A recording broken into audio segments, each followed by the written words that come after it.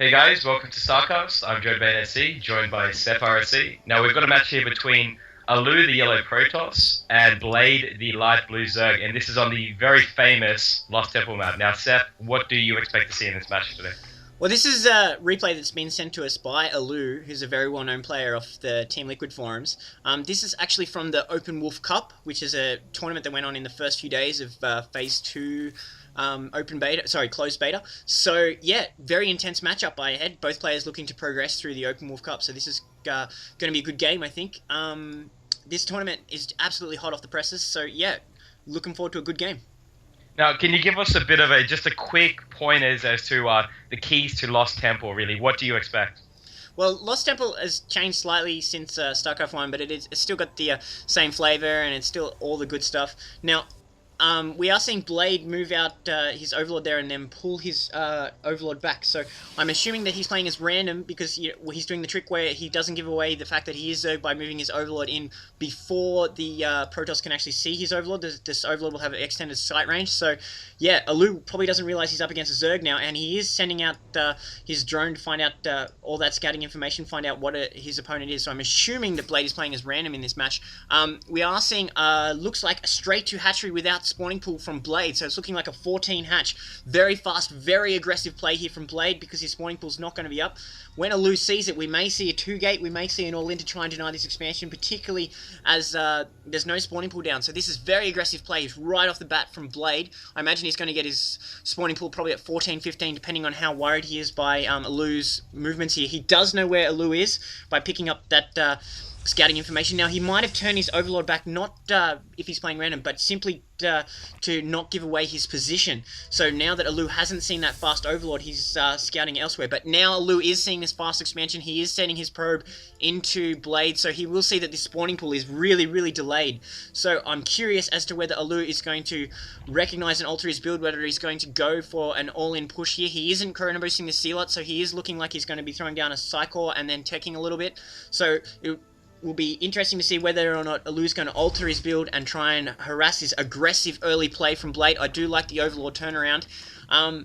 So far, we're not seeing the second gate. We are seeing the Psycore, so Alou is sticking to his game plan, sticking to his build, while Blade is able to get his spawning pool online, and there is no chrono boosted across the map harass Sealot. So Blade should get his macro online very nicely. It's just going to be up to Alou to come up with something to counteract this.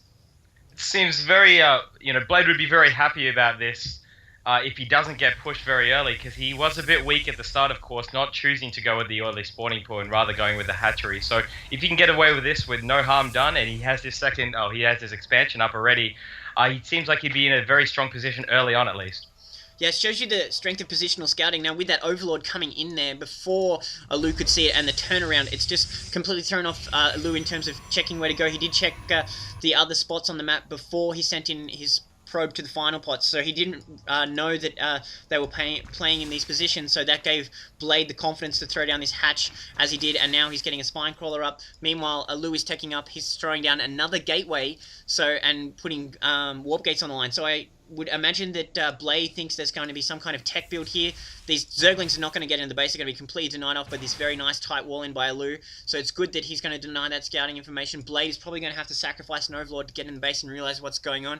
Because at this point, Blade could be thinking that there's any kind of tech build coming from Protoss and not this ground one base push coming from Alou. So I imagine we're going to see a heavy timing attack with gateway units. This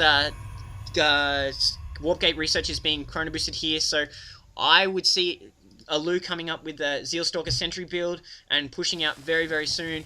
Probably once he gets Warp Gate online and getting a proxy down somewhere so he can apply huge pressure to this expansion and take it offline, because Blade's macro is going to be absolutely massive if left unchecked for too much longer. Now, Blade did choose to actually put down the Roach Warren, so we expect some early Roaches, you'd think.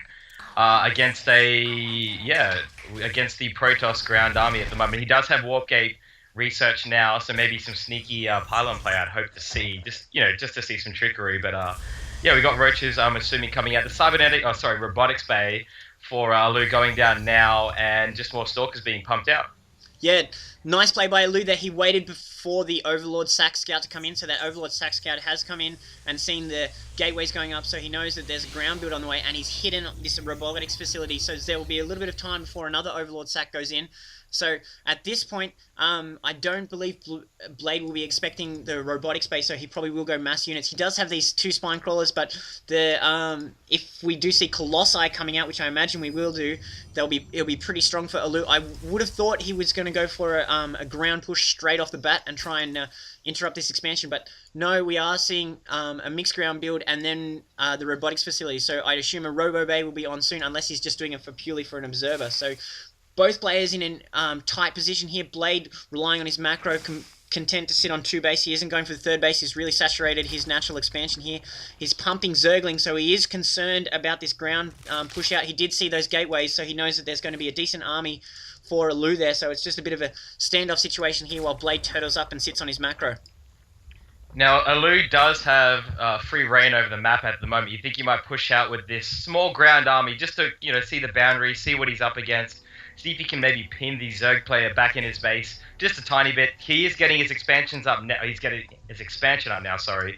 So maybe he might try and block in the Zerg player?